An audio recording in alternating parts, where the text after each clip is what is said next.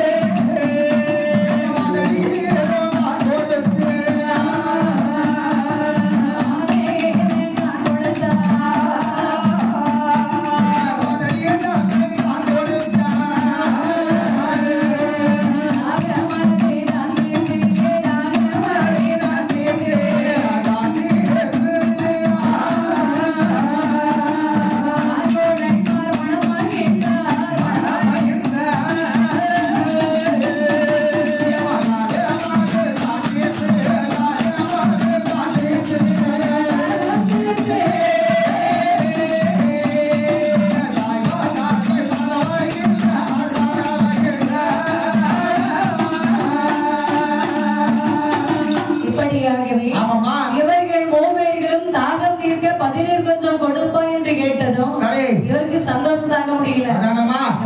நம்மட்டு வாய் விட்டு அம்மா கேட்டாங்க. நம்ம செத்து வளர்த்திருக்கோம். ஆமா, நம்ம தாய்மார்கள் தான் ஒருவேளை காப்பாத்திருக்கலாம். சரி சரி, என்ன நடந்தாலும் சரி நம்ம உயிரோட வந்து அது பெரிய புண்ணியம். ஆமா, நம்ம முதல்ல என்ன செய்யணும்? அம்மை வாழையில பதினை கொடுப்பதற்கு பதினையில இருந்து பதினை எடுத்துக்கிட்டு பட்டை வாழை வெட்டி கீழே போடணும்.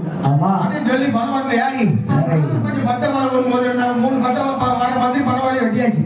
வெட்டி கீழே போட்டு அந்த பதவியை இறங்கிட்டு கீழே வந்தாரு. வந்த உடனே இவருக்கு மனசுக்குள்ள பெரிய ஒரு சந்தோஷம். அதாவது யாராக இருந்தாலும் ஒரு கால் இல்லாத உடம்புக்கு கால் கிடைச்சா எவ்வளவு சந்தோஷமா இருப்பான். கண்ணு தெரியாத ஒருத்தருக்கு திடீர்னு கண் பார்வை கிடைச்சா எவ்வளவு சந்தோஷப்படுவாரு. இறந்து பிறந்த வரைக்கும் எவ்வளவு பெரிய மகிழ்ச்சியா இருக்கு பாருங்க. அம்மாவுக்கு அழகா பட்டையை பிடிக்கிறாரு. அவருக்கு சந்தோஷம் தாங்க முடியல. பட்டையை பிடிச்சி தாய்மார்கள் 3 பேர் கையிலே 3 பட்டையை கொடுத்தாச்சு. கொடுத்து அப்படியே பதினீரை கொடுத்து கொண்டு இருக்கின்றார். பட்டையில பதினீர் குடிப்பதும் ஒரு ஆசைதான். ஆசை இருக்கும், ரொம்ப அற்புதமா இருக்கும். பதினீர் தாய்மார்களுக்கு வேண்டும் கொடுக்கின்றார். அந்த காலத்துல பதினீர் இறங்கி வந்தாங்கல்ல, வழியில போகக்கூடிய வரவெல்லாம் வரவழைத்து கொடுப்பாங்கல்ல, பதினீர் சாப்பிடுவாங்கன்னு சொல்லி. உண்மை. இந்த காலத்துல பதினீர் கொடுப்பாங்க. அந்த காலத்துல பதினீர் ரொம்ப செழிப்பா போட்டு கொடுத்துருக்காங்க. இந்த காலத்துல பாவம் ஒரு காலத்துல பாத்தீங்கன்னா அகலையும் பதினீர் கூட இருக்க மாட்டேங்குது. ஆமா, அந்த பதினீர் யாரு கீழே வந்து மறுபடியும் எடுத்து கீழே வந்த மாதிரி அதுக்கப்புறம் இருந்தா தான் பாக்கணும். இந்த பதினீர் கூட கூப்பிட கொடுக்க முடியாது. அதனால இப்ப எல்லாம் காசு கொடுத்துட்டு இருக்காங்க. அப்போ பதினீர் தாய்மார்களுக்கு கொடுத்த போது பதினீர் அழகா குடிச்சாங்க. அவங்களுக்கு ரொம்ப சந்தோஷம். அதனால நம்ம பிள்ளை நம்ம சொன்ன உடனே அவன் கேட்டு பணமத்தில் ஏறி பதினீர் இறக்கணும் நமக்கு கொடுத்தானே, அம்மாவுக்கு மனம் வாங்கின்றது. மூவர்களுக்கு கொடுக்கின்றார். பட்டை உடைத்து பதினீர் அருந்த முடியாது கொடுக்கின்றார். பட்டையிலே பதினீர் கொடுக்கும் போது மூவர்களுக்கும் வயிறார சாப்பிடுகின்றார்கள். வயிற்று பசியும் ஆரம்பிச்சு தாகமும் தீர்ந்தது. அம்மா பசிக்கு அமர்ந்தா நம்ம யாராலையும் முடியாது. ஆனா ஒரு பாசத்தோட நம்ம கொடுக்கின்ற பொருள் அம்மா சொல்லுவாங்க, ஆடி மாசத்துல கூழ் ஊத்துவாங்க. கூழ் ஊத்துனா அந்த கூழை குடிக்கின்ற தாயானவளுக்கு மன மகிழ்ச்சி. அவனுடைய நிறைவு அந்த உலகம். நம்மளால படி இழக்க முடியுமா? அவனே நமக்கு படி இழக்கணும்.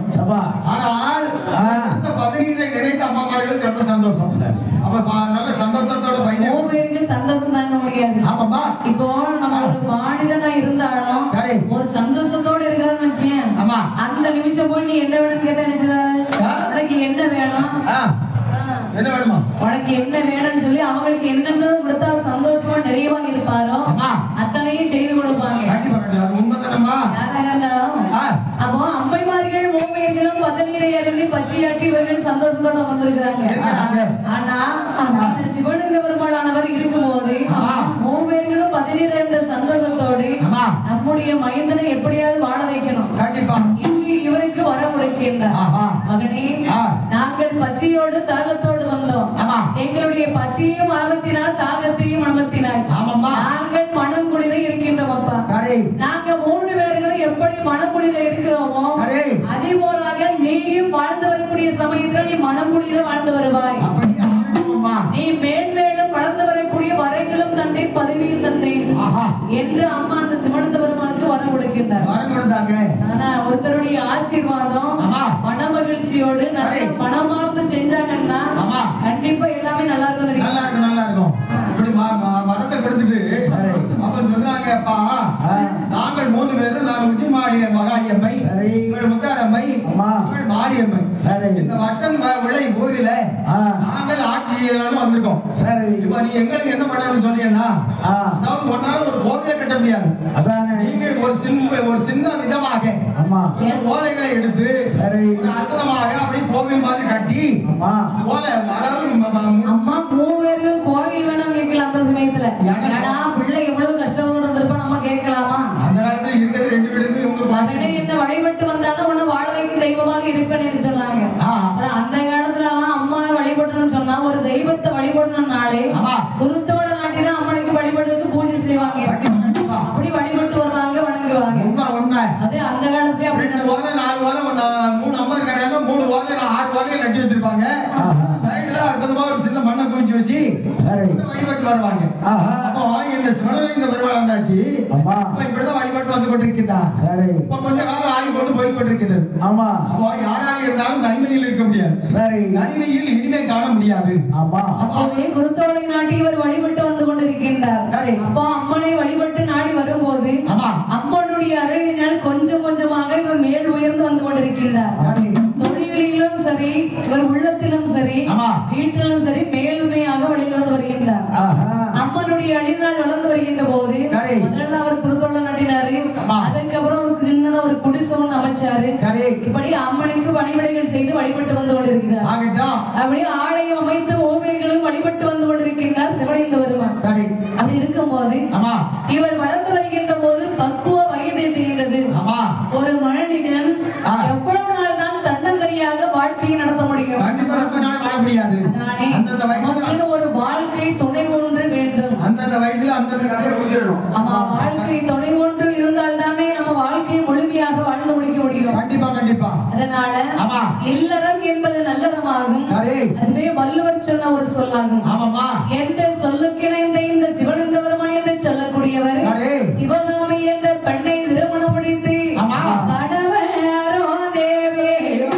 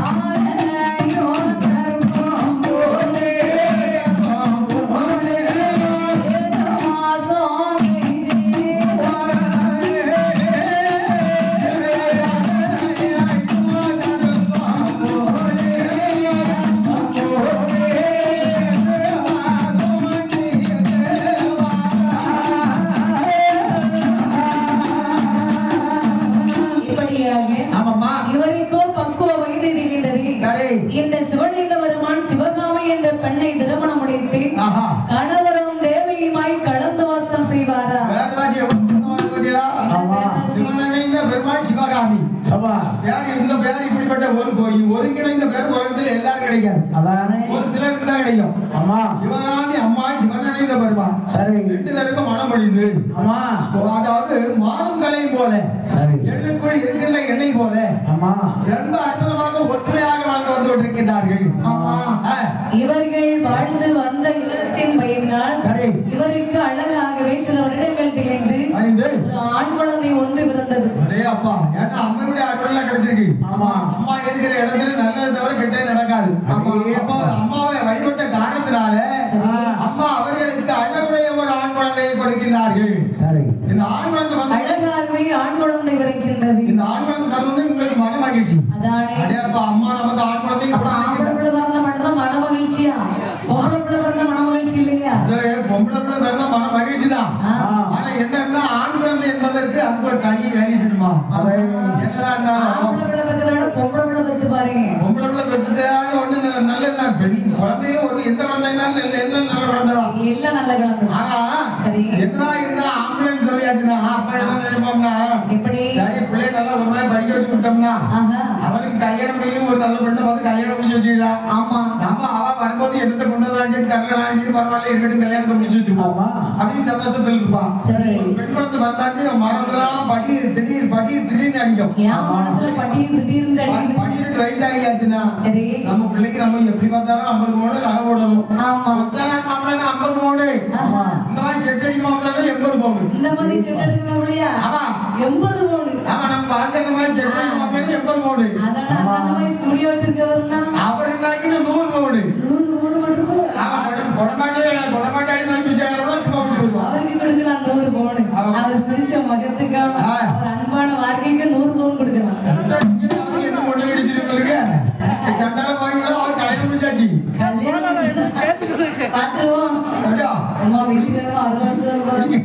பரவாயில்ல இருக்கும். அப்போ சரி பெண்கள் கொஞ்சம் மனசுல கொஞ்சம் பதட்டம் இருக்கதான் செய்யும். பெண்கள் அந்த காலத்துல தான் பொம்பளை பிள்ளை பத்துறாங்கன்னு சொல்லி கவலைப்படுறது. இந்த காலத்துல பெண்கள் பார்த்தானா சந்தோஷம் தான் படணும். ஏன்னா அந்தந்த பெண் குழந்தைகள் அவங்களுக்கு நகை நட்டு அவங்களே சம்பாத்தியம் பண்ணி எடுத்துக்குவாங்க. நீ ஒரு ஊர் ஊரா பிச்சை எடுக்கலாம் எல்லாரும் எடுக்க முடியாதுல்லம்மா. பிச்சை எடுக்கலாம்னு சொல்றேன்.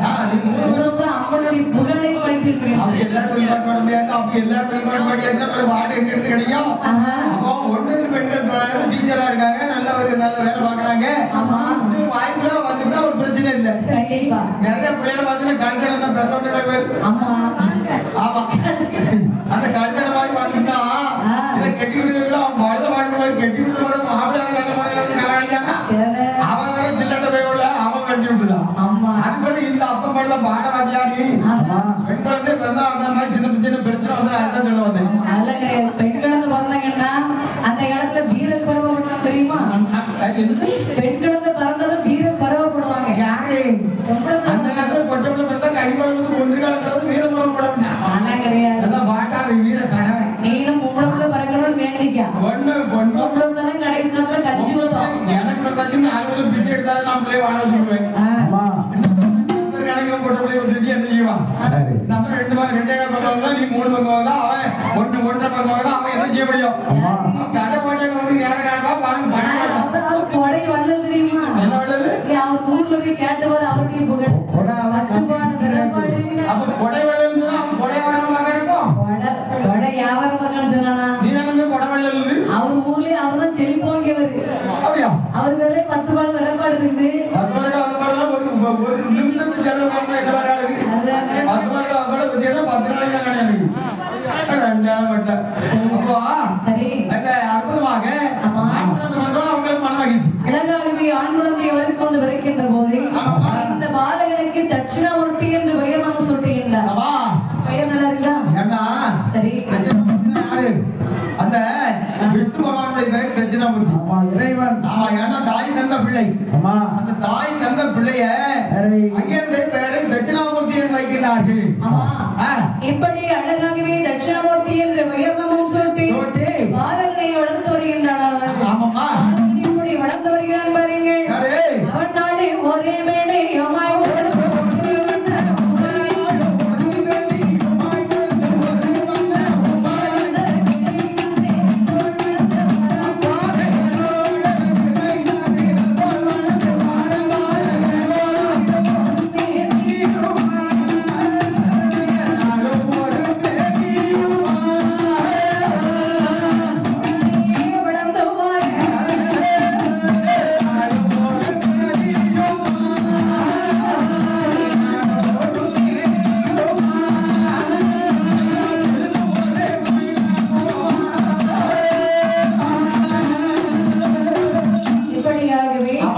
இந்த பாலகனுக்கு தட்சிணாமூர்த்தி என்று பெயர் நாமம் சுட்டு வளர்த்து வருகின்றார்கள். பாலகன் நாளொரு வேளையும் பொழுது ஒரு வண்ணமாக வளருவரை சந்திரன் போல் வளர்ந்து வருகின்றார். சிவனறிந்த பெருமாளையா அற்புதமாக அம்மா கூடக்கூடியவங்க. சிவனறிந்த பெருமாளையா வந்து நம்ம அம்மாவுக்கு அற்புதமாக சின்ன ஒரு பெருமாளை வச்சு அழகா கூப்பிட்டு இருக்காரு. இந்த பாலகன் அற்புதமாக வளர்ந்து வருகிறார். வளர்ந்து வருகிற போது இவருடைய எண்ணம் தகவல் கொஞ்சம் வளர்ந்து 4 வயசு ஆகிட்டு வயதானோடனே எண்ணமெல்லாம் தந்தை எப்படி பூஜை வைக்கிறாரு அங்கே கோயில இதெல்லாம் செய்துட்டு இருக்காங்க அப்படின்னு சொல்லி அந்த பாக்குறதுலயும் ஒரு விதமா ஒரு நல்ல பொறுப்பான பிள்ளை ஒரு நல்ல பிள்ளைன்னு சொன்னா தகவல் வழியாகவே வன்சாலி வரும். அதே பாருங்க இறைவனை கும்பிட்டு அதாவது சரி கடவுள் என்கிறவனை நம்பினவருக்கு அனுராஜி கண்டிப்பா அம்மாவை நம்பி நம்ம வழிபட்டு வந்தோம்னா நிச்சயமாக தாயார் நமக்கு நல்ல முறையில் நம்மளை வாழ வைப்பான். சரி நம்ம குடும்பம் நல்லா வளர்ந்தே கொண்டிருக்கும். தாயை நினைக்கின்ற எந்த ஒரு பிள்ளையும் தகாத பிள்ளையாக இருக்காது. சரி அம்மையை நினைக்கின்ற எந்த ஒரு பிள்ளையும் அளவுடைய பிள்ளையாகத்தான் இருக்கும். அப்படி தந்தையை போலவே இவரும் கோயில் போறது, கோயில போய் பார்க்கறது, கோயில் அங்க பூஜை பண்ற நேரத்தில் கூட போயிருவாரு. இப்படி அற்புதமாக அறிவுள்ள பிள்ளையாக வளர்ந்து வந்து கொண்டிருக்கின்றார்.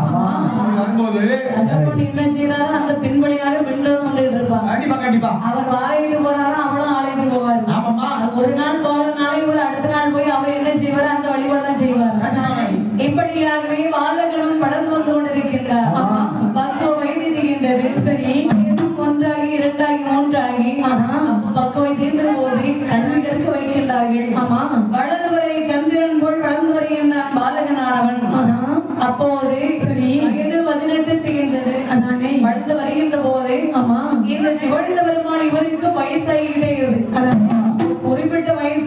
எல்லாருக்கும் நோய் நொடி வரதான் செய்யும். இப்பெல்லாம் அந்த காலத்துல 60 70 நோயே வந்திருக்கு. இந்த காலத்துல 35 தாண்டினோட சுகர் முதல்ல வருது. சுகர் வந்தோட பிரஷர் வருது. சரி. பிரஷர் வந்தோட ஹார்ட் அட்டாக் வருது. சரி. Heart attack. ஆமா, எல்லா நோயும் நம்மகிட்ட வந்து சேர்ந்துருக்கு. ஆமா, எல்லா நோயும் புத்தகை எடுத்து வச்சிருக்காரு. ஆனா அவன் ஒரு நாள் சுகர் 80 800 கிடக்குது. அவனுக்கு எத்தனை கலர்ஸ் பாயசம். அவன் எத்தனை 100 கிடந்தாலும் அது எடுத்து சொல்றதுக்கு பக்கத்துல ஒரு ஆளு. ஒண்ணு சேர்ந்து குடிங்க 2 மாத்திரை எக்ஸ்ட்ரா பண்ணிடலாம். போனா பாத்துக்கலாம். சுகர் 800 இருக்கு. ஆனா கேசரி 2 கிலோ தினம். ஆமா. ஆனா அவன் முடிஞ்ச விடுங்க. சரி. கொஞ்ச நாள் இருக்கட்டும் ஐயா. ஜாலி முடிச்சு விடாத. நம்ம பாக்க ஆள் இல்லையா? ஆமா. தேவைப்படுது. சப்பா நீ கவலைப்பட, ஒரு வேளை பாடியை மண்டை போட்டோம்னா சரி நம்ம அண்ணனை விட்டுடுவோம். அவருக்கு எதுக்கு ரெடி? எங்க முடிச்சோம்னா அதுக்கு அவருக்கு எதுக்கு ரெடி? ரெடி ரெடி ரெடி அவர் ரெடி. ஆமா, அதனால பிரச்சனை இல்லை. அப்போ இவர் வளர்ந்து வந்து கொண்டிருக்கின்றார்கள். அதானி வளர்ந்து வருகின்ற போது இவருக்கு அந்தி காலம் கிட்ட நெருங்கி விட்டது. ஆமா, அகப்பன் வழியாகவே வருவார். அப்போ அம்மனுடைய அருளினால் இவர்களுக்கு கொஞ்சம் கொஞ்சமாகவே மேலோங்கி வர்றாங்க. குருத்தோட நாட்டி கொடை கொடுத்தவங்க பார்த்தாங்க, நம்ம ஒரு ஆலயம் அமைச்சிட்டாங்க அம்மாவுக்கு. கண்டிப்பா கண்டிப்பா அம்மனுக்கு ஆலயம் அமைத்து உஜ்ஜயினி மகாளி என்ற உருவச்சிலை ஒன்று செய்து வழிபட்டோம்னா இதை விட நல்லா இருக்குமே. 3 தேவர்களுக்கு 3 சிலையை பிடித்து அதை வச்சு நம்ம வழிபட்டோம்னா நிச்சயமாக நமக்கும் ஆறுதலா இருக்கும். அம்மாவுக்கும் அழகான ஒரு கோவிலாக அமைச்சிடலாம். என்ன எண்ணம் வந்து கொண்டிருக்கின்றது. அப்படி வரும்போது சிறிதாக ஒரு நல்ல முறையில ஒரு சின்ன கோயில் கட்டுறாங்க. அண்ணாச்சி தட்சிணாமூர்த்தி அண்ணாச்சி கட்டுகிறார்கள்.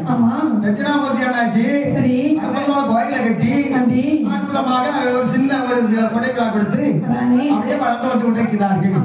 கோவில் வளர்கிறது, அவர்களுடைய குடும்பங்களும் வளர்ந்து கொண்டிருக்கின்றது, ஊர் வளர்கிறது, ஊர் மக்களும் வளர்ந்து கொண்டிருக்கிறார்கள். ஊர் மக்களும் பெருகிட்டே வர்றாங்க. தாயார் அற்புதமாக இருக்கும்போது அந்த ஊர்ல எந்த ஒரு கேடு வராது. சரி. அப்போ அம்மா வளர வளர ஊர் மக்கள் நல்ல முறையில் வளர்ந்து வந்து கொண்டிருக்கிறார்கள். அவருடைய வம்சாவளியாகவே இந்த மக்கள் எல்லாம் பெருகி வளர்ந்து வருகின்றார்கள். அம்மனுடைய ஆலயம் மேலோங்கி வளர்ந்து கொண்டே வருகின்றது. இப்படியாக தாயாகிய உஜ்ஜயினி மகாளியானவள் பட்டன் விளை ஓராதே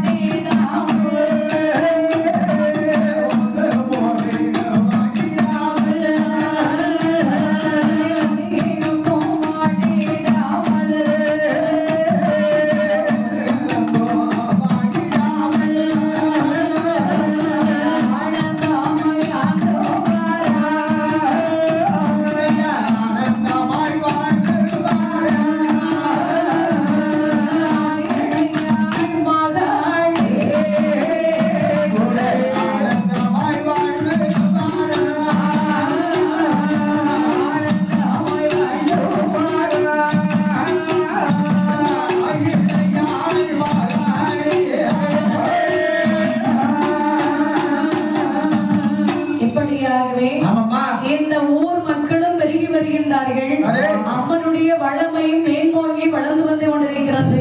செல்வ செழிப்போடு இருக்கிறது.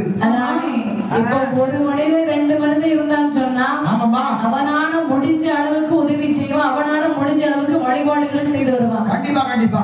அம்மனுடைய அருளினால் ஊர் மக்களும் பெருகி வளைத்து வந்து வளர்கின்றார்கள். அந்த தட்சிணாமூர்த்தி அண்ணன் இருக்காரு, நமது நாடாளுமன்ற மக்கள் அவர் ரொம்ப செழிப்பு வாங்கி வந்து கொண்டிருக்கிறார்கள். சரி, அவருக்கு ரொம்ப சந்தோஷம். நல்லவங்க இருந்தாச்சுன்னா நம்ம ஊரு எவ்வளவு மகிழ்ச்சியாக இருந்தாலும் நமக்கு அதை விட மகிழ்ச்சியாக இருக்கும். ஏன்னா மற்றவர்கள் வாழ்ந்தால் நாம வாழலாம். அந்த காலத்துல அதுதான் சொல்லுவாங்க, நான் பெற்ற இன்பம் பிறரும் பெற வேண்டும் என்று எண்ண வேண்டும் சொன்னோம். அதாவது நமக்கு ஒரு 10 லட்சம் ரூபாய் லாட்டரி டிக்கெட் அடிச்சுன்னா பக்கத்து வீட்டுக்கு ஒரு 5 லட்சம் ரூபாய் லாட்டரி டிக்கெட் அடிக்கணும். அடிச்சா அவரும் நல்லா இருப்பாரு, நாமும் நல்லா இருக்கலாம் என்ற எண்ணம் நல்லவர்களுக்கு வரும். அதுபோல நாமும் வளர்ந்து வருகிறோம், தாய் நம்மளை வளர்த்து கொண்டிருக்கிறார்கள். ஒரு மக்களும் பெருகி வருகின்றார்கள். அம்மனுக்கு வழிபாடுகளும் பெரிதோங்கி வளர்ந்து வந்து கொண்டிருக்கின்றனர். அப்போ அம்மனும் மனமகிழ்ந்து வழிகாட்டி கொண்டிருக்கின்றார். எப்படி வழிகாட்டலாம்? ஊரிலே வாழ்ந்து வரக்கூடிய மக்களுக்கும் பிள்ளைகள் சிறு பிள்ளைகளிலிருந்து பெரியவர்கள் வரைக்கும் அவர்களுக்கு நோய் நொடி இல்லாமலும் கல்வியிலே மேன்மேலும் சிறப்போக்கி வளரும், தொழிலும் மேன்மேலும் வளர்ச்சி அடைவதற்கும் அம்மான் உதவி புரிந்து வந்து கொண்டிருக்கின்றார். எப்படி உதவி பண்றாங்க பாருங்க. 16 படி வீதில் பறிவுடனே அமர்ந்திருக்கும் ஈஸ்வரி ராஜராஜேஸ்வரி. 16 படி வீதில் பறிவுடனே அமர்ந்திருக்கும் ஈஸ்வரி ராஜராஜேஸ்வரி. எந்த கேள்விக்கு பதில்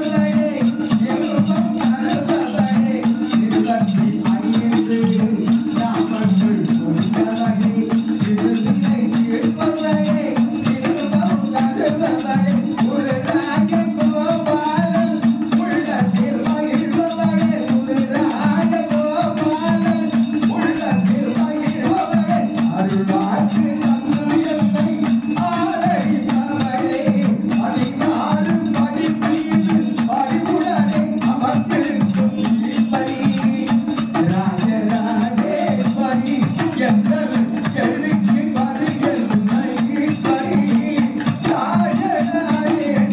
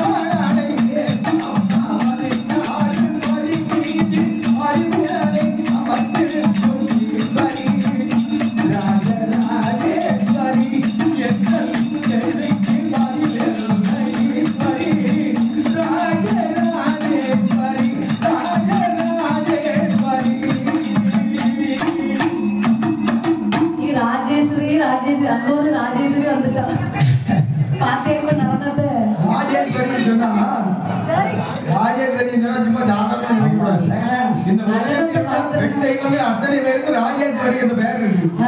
அதனாலதான் ராஜேஸ்வரி பாடியிருக்காங்க. அப்ப அதுவும் நம்ம தெய்வம் தானே? தெய்வமா? அதுதான்ப்பா தெய்வம். இந்த புஜ்ஜிமாடி அம்மன், முத்தாரம்மன், மாரியம்மன் நம்ம தெய்வம். அவங்களுடைய அருள் ஆட்சியில நம்ம ராஜேஸ்வரி அம்மா ஆடிட்டு இருக்காங்க. தூக்கி வருவோமா? தூக்கி போறியா? தூக்கி போட்டு கூட தம்பி அவரே அவரா அந்த கோழி அடக்கத்து மாதிரி காத்து வளர்த்துட்டு வர்றாரு. தூக்கி போற அவளை தூக்கி. ஆனால் தாயாகிய உச்சினி மகாளியானவள் தன்னுடைய அக்காளங்கள் மூவர்களுமாகவே சேர்ந்து முத்தாரம்மை மாரியம்மனோடு சேர்ந்து அழகாகவே இந்த வட்டநமலை ஊரிலே காவல் காத்து வந்து கொண்டிருக்கின்றார். மக்களுக்கு எந்த ஒரு இடையூறும் இல்லாமல் மக்களுக்கு என்னென்ன வேண்டுமோ அத்தனையும் மறைமுகமாக கொடுத்து கொண்டிருக்கின்றார். மக்களுக்கு வேண்டிய வரங்களை கொடுத்து நல்லவர்களையும் கெட்டவர்களையும் வாழ்பவர்களையும் வாழாதவர்களையும் வாழ வைக்கும் தெய்வமாக வாழ்ந்து கொண்டிருக்கின்றார்கள்.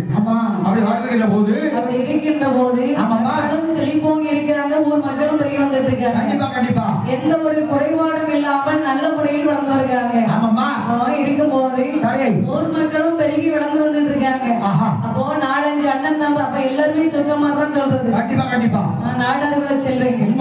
அப்போ எல்லாரும் ஒன்று கூடி இருக்கின்றாரா? இதுக்கு ஒரு காரணம் என்ன தெரியுமா? எப்படி? அதாவது இந்த சாந்தோர மக்கள் முதல்ல 7 பேர் தான் வந்திருக்காங்க. இதுல பாண்டிய மன்னன் வந்து 2 பேர் கொன்றான். சரி, 2 பேர் கொன்றாரு. அவருடைய பிள்ளையை கொடுக்கிறாரு. இந்த 5 பேர் தான் 500 கோடி பேராக இருந்து கொண்டிருக்கிறார்கள். அதான் சொல்லுவாங்க ஜானங்களும் சட்டிகளும் வெட்டிகளுமா. ஆமா, எங்க போய் ஒரு சொந்தத்தையும் விசாரிச்சேன்னா அந்த அங்க இருந்து அங்க பொண்ணு போயிருக்கு, அங்க இருந்த பொண்ணு இங்க வந்திருக்கும், அந்த மாமா மச்சான் பொண்ணை கட்டியிருப்பான். சுத்தி சுத்தி கொஞ்சம் விசாரிச்சேன்னா யாராக இருந்தாலும் ஒரு முறையில வந்து சேர்ந்துருவாங்க. கிளமுறை என்ன கிளமுறை? தலைமுறை. கிளமுறை தலைமுறையா? தலைமுறைக்கு கிளமுறைன்னு சொல்லிட்டு இருக்கிறாங்க. கிழமை அதான் கிழமை வரைந்தவன அந்த கட்டில போட்டு போய் படுத்தோல அந்த முறைகள் அப்படி வராங்க. அப்படி சொல்லுவாரோ அப்படி மக்கள் எல்லாரும் ஒன்று கூடி இருக்கும் போது பாருங்க அண்ணா, நமக்கு எந்த ஒரு குறைபாடும் கிடையாது. கண்டிப்பா கண்டிப்பா நாம அம்மாவுக்கு வருஷத்துக்கு ஒரு முறை தானே பூஜை கொடுத்து வழிபட்டு வந்துட்டு இருக்கிறோம். என் அம்மாவுக்கு 2 வடை சரியாக சொன்னீர்கள். அம்மா நம்மள எப்போது குறைபாடு இல்லாம நோய் நொடி இல்லாம நம்ம பிள்ளைகளுக்கு நல்ல முறையில கல்வி முறைகள் கொடுத்து நம்மள வளர்த்து வந்தாங்க. உண்மை உண்மை. அப்ப அம்மாக்கு 2 பூஜை கொடுத்து வந்தாங்க. கண்டிப்பா. ஏன்னா இதுல ஒரு சிறப்பு நீங்க நல்லா கவனிச்சு பார்க்கணும். அதாவது ஊர் மக்களே வளர்த்து வருகிறார்கள். அப்ப ஊர் மக்கள் ஒரு குடம் கொடுத்துட்டு இருக்காங்க, எல்லாம் சேர்ந்து கொடுத்துட்டு இருக்காங்க. இப்போ ஆதி மூலமாக இருக்கக்கூடிய சிவனடைந்த பெருமாள் அண்ணன் அவர்களுடைய குடும்பம், இந்த தட்சிணாமூர்த்தி அண்ணன் இருக்காரு இல்லையா, இவருடைய குடும்பங்கள் இவங்க என்ன நினைக்கிறாங்கன்னா ஊர் மக்கள் வந்து பூஜை கொடுத்துட்டு ஒரு குடைவெல்லாம் கொடுக்கிறாங்க. சரி, அது கொடுக்கட்டும். ஆமா, நாம் முதலாக தாயார் நம்மைதான் ஆதரித்து வந்தோம். நாம அம்மாவுக்கு வழிபட்டு வந்தோம். அப்போ அம்மாவுக்காக நம்மளும் ஒரு குடைவெல்லாம் கொடுக்கணும். அதான் தனி கொடை. ஆமா, அவங்க வந்து ஊர் மக்கள் வழிபட்டு வந்து கொண்டிருக்கிறார்கள். நாம தாயாருக்கு நாம் தனிமையாக இருந்து மக்களை அனைவரையும் சேர்த்து கொண்டு நாம ஒரு சிறப்பான ஒரு குடைவிழாவை நம்ம தனியா கொடுக்கணும். அப்போ வருடத்துக்கு 2 குடைவிழா கொடுக்கணும். எல்லா ஊர்லயும் எல்லா தெய்வத்துக்கும் ஒரே குடை தான். ரெண்டாவது ஏதாவது திருமால் பூஜைப்பாங்க, அந்த பூஜைப்பாங்க, ஆடிவாங்க பூலுமாங்க, அப்படிதான் போய்கிட்டு இருக்கும். ஆனால் தாயாருக்கு உதிரிமாகாளி அம்மனுக்கும் முத்தாரம்மனுக்கும் இந்த வட்டங்குடை ஊரிலே வருடத்திற்கு 2 குடைவிழா கொடுக்கின்றார். அப்ப அம்மாவுக்கு சந்தோஷம், மக்களுக்கும் சந்தோஷம். உண்மைதான், உண்மை நிலவாதான். அம்மாவுக்கு சந்தோஷங்கிறத விட மக்களுக்கு சந்தோஷம். நமக்கு நம்மள மாதிரி வில்பாடுக்காரங்க, மேலக்காரங்க, பூ போட்டாருக்காரங்க, இந்த பூஜைக்கு நம்ம சப்பரம் தூக்குறார்கள் எல்லாருக்கும் அதை விட மன மகிழ்ச்சி. 2 குடம் கொடுத்தா மன மகிழ்ச்சி, 3 குடம் கொடுத்தா முழு மகிழ்ச்சி. அப்படி 3 குடம் கொடுத்து சொல்றீங்க. நல்ல என்ன உனக்கு இல்ல சொல்ல வரமா, தொழிலாளிகளுக்கு சந்தோஷமா இருப்பாங்க இல்லையா? அப்ப அம்மாவுடைய அருளினால நாமளும் வளர்ந்து வந்துட்டு இருக்கோம். அம்மையை வச்சுதான் நம்ம பொழைச்சிட்டு இருக்கோம். ஆமா, அம்மா இல்லைன்னா நமக்கு பொழைக்காது. 2 வருஷம் கொரோனா செய்வதியா, ஒரு வீட்லயும் கட்டி விடு. கொரோனாவனால யார் வீட்டுல கட்டியா? பொட்டுக்காரங்க வீட்டுல, பில்லுக்காரங்க வீட்டுல, கனியா பாட்டு பாடுறவங்க வீட்டுல, எல்லா வீட்லயும் தர்மாவிதான் இருக்கு. கரகாட்டம் பூரா போச்சு கொரோனாவால. அவங்க கோயில போய் அனுப்பிட்டாங்க. ஆமா, 2000 முதல்ல அனுப்பி கோயில தான் அனுப்பிட்டாங்க. நம்ம குடியேறாங்க கிடைக்காதா? ஆமா, அப்ப ஏதாவது ஒரு காரணம் வச்சிருப்பாங்க. அம்மா எந்த காரணம் வச்சாங்கப்பா? சரி இருக்கட்டும். அப்ப 2 கோயிலா கொடுத்து கொண்டிருக்கிறாங்க. அதுவும் இல்லாம முக்கியமான விஷயம் என்ன தெரியுமா? இந்த அம்மாவுடைய அதாவது இந்த வட்டன்முளை ஊரில் இருக்கக்கூடிய ஆலயத்துல நல்ல விருட்சம் தெரியுமா? தலமுத்தின் மரமானது பனைமரம் தான் தலவஸ்தமா இருக்குதா.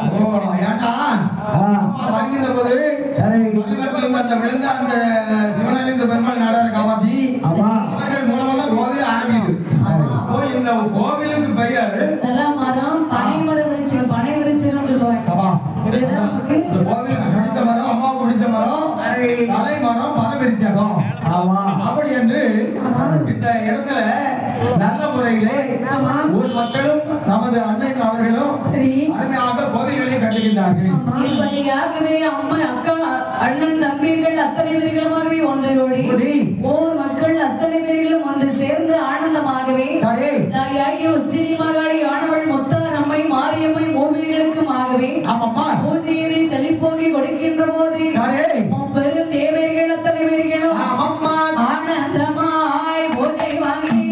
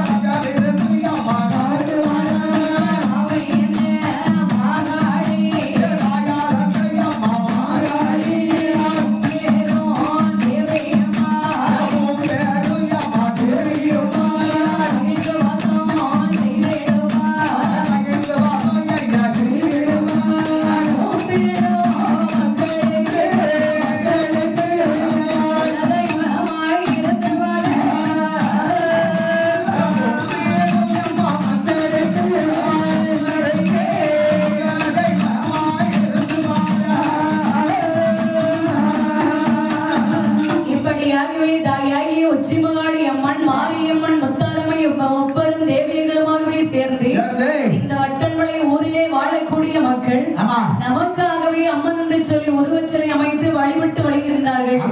ஆகையினால் இவர்களுக்கு வாழ வழிகாட்டும் தெய்வமாகவும் காவல் காக்கும் தெய்வமாக இருக்க வேண்டுமே என்று சொல்லி தாயாகிய உச்சிமகாளி மாரியம்மன் முத்தாரம்மை ஒப்பரும் தேவியர்கள் ஓவியர்களும் இந்த வட்டன்மலை ஓர் ஆனதிலே மகிழ்ந்து வாசம் செய்துவார்.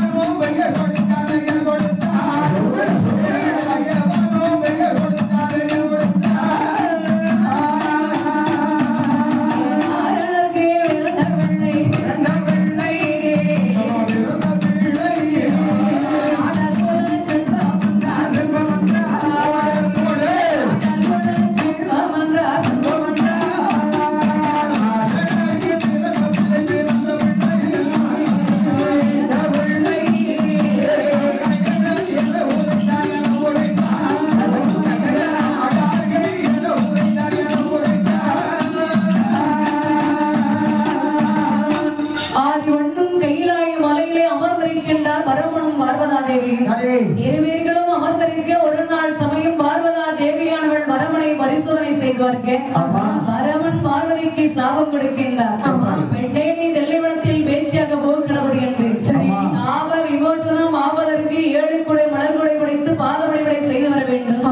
அப்படி செய்து வந்தன சாப விமோசனம் போய்விடும் என்று சொல்லும் போது அம்மையானவள் அங்கே நந்தவனம் ஒன்று செய்து மலர்கள் பறித்து அங்கே பூஜை செய்து வருகின்றார்.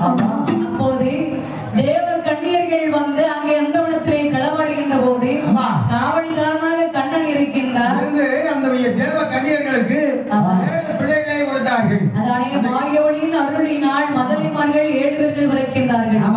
அந்த பிள்ளைகளுக்கு சத்திரிய சான்றோர்கள் நாடர்கள செல்வங்கள் என்று பெயர்நாமம் சுட்டுகின்றார்கள். அப்படி இருக்கும் போது 7 பிள்ளைகள் வந்து பிறக்கின்ற போது பார்த்தார் மாயவர். ஒரு ஆடவர் ஒரு பிள்ளை வளர்த்ததே பெரிய விஷயம். ஐயோ, ஆடவர் என்றாலே பிள்ளை வளர்க்க மாட்டான், முடியாது. பிள்ளை வளர்க்கறதுக்கு எந்த ஆடவனாலே முடியாது. அதானே ஒரு பெண்ணானவள் இருந்தாலே ஆனால் எத்தனை பிள்ளைகளாலும் அழகா வளர்த்து வந்துருவா. ஆனா அந்த காலத்துல இருந்து ஆடவர்கள் பிள்ளை வளர்க்க முடியாதுன்னு சொன்னாங்க. இப்பதான் பெண்கள் வந்து பிள்ளையை பெற்று போனதை விட சரி. அதுக்கு ஆடவர்கள் தான் பிள்ளையை தூக்கிட்டு பால் கொடுக்கிறது, அதுக்கு மோர் கொடுக்கிறது, சாப்பாடு கொடுக்கிறது, அதுக்கு அந்த இதுகள் வருது அதுகள் வருது எல்லாம் அப்படிதான் பார்த்துட்டு இருக்காரு. அப்ப ஆம்பளை பிள்ளைங்க நீங்க தான் வளர்க்குறீங்களா பிள்ளைங்க? வேற என்ன ஊர்ல பார்க்கவே இல்லையா? என்ன வயலுக்காவது அக்கா மாதிரி அண்ணன் மாதிரி தம்பி மாதிரி தங்கச்சி மாதிரி வராங்க. அப்படி இருக்கும் போது பிள்ளைகளும் நீங்க தான் வளர்க்குறேன் நீங்க தான் வளர்க்குறேன்னு சொல்லி பாத்தீங்களா? ஒரு பிள்ளை வந்து தெருவில போனா என்ன சொல்லுவாங்க?